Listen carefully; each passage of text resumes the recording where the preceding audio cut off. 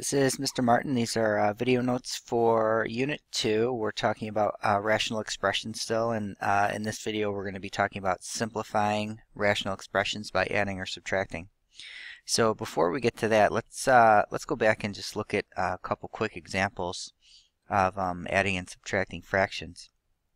So for example A, if you remember way back in the day, we would find a common denominator and then we could subtract them. So I'm going to show you another way which can be used. Sometimes it's not the best method, but it can be used most times. And so what we're going to do, when you use this method, make sure here I have this 2 in the numerator. Make sure that stays in the left, because I'm gonna simplify this into a single fraction. So make sure this 2 stays on the left. Make sure this 1 stays on the right, and then we're going to have subtraction here. So I'm going to go 6 times 2, or 2 times 6, and then there's my minus because I'm subtracting, and I'm going to have 5 times 1. So I've multiplied across my minus, and then I'm going to just multiply my denominator. So this is really just a shortcut for finding a common denominator. And the problem is that it doesn't always find the least common denominator.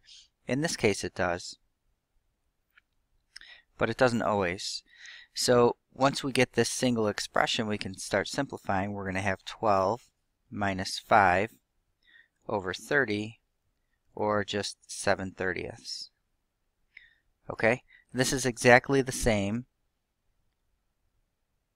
as if we found a common denominator. So the first fraction we would multiply by 6 over 6, and the second fraction we would multiply by 5 over 5, so that we get a common denominator. So we'd have 12 over 30 minus 5 over 30, and again we'll get the same 7/30 as our answer. So when you're doing these problems, you need to decide if it's going to be better to use this, I call it the smiley face method because it sort of looks like a word, smiley face, or if you're going to find a common denominator. So let's go ahead and try this same method on part B. Again, I'm going to write this as a single expression, and I'm going to have a positive here. The 3 needs to stay on the left, so I'm going to multiply up and to the left first. So I have 3 times 5, and then plus because we're adding, and then 4 times 6, and then we'll multiply the denominators so we get a common denominator, and I get 15 plus 24 over 20, or 39/20.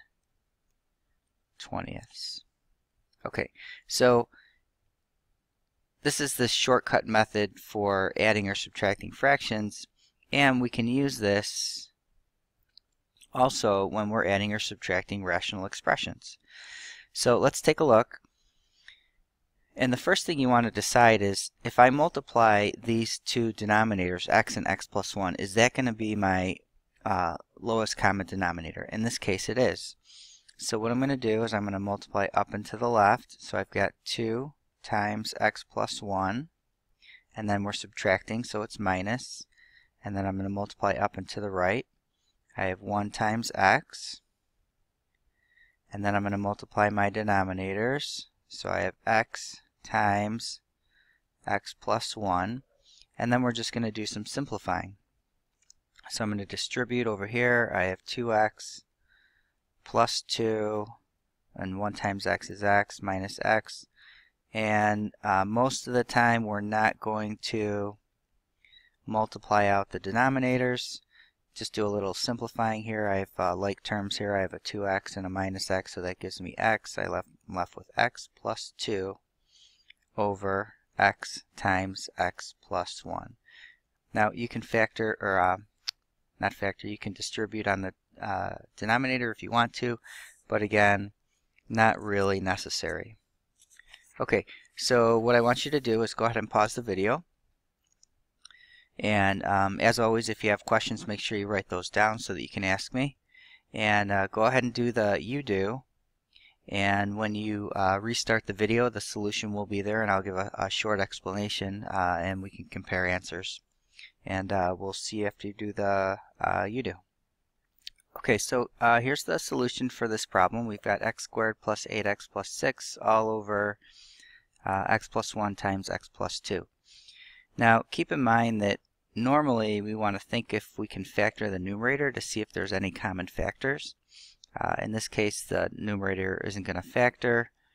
There's no factors of 6 that will add to 8.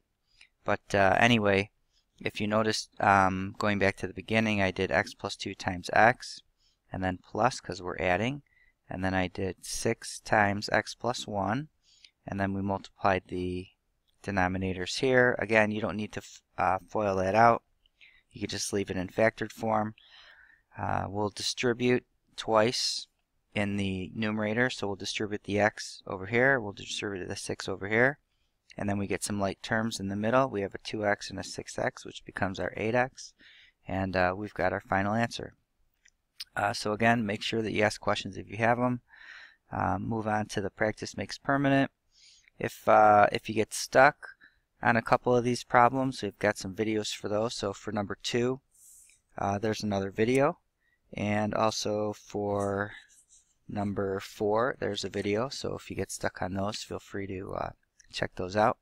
And then on the last page, we've got answers to the questions, although the answers aren't numbered and they are not in order.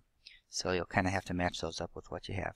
And again, make sure you write down your questions and ask me when you see me, and we'll see you in the next video.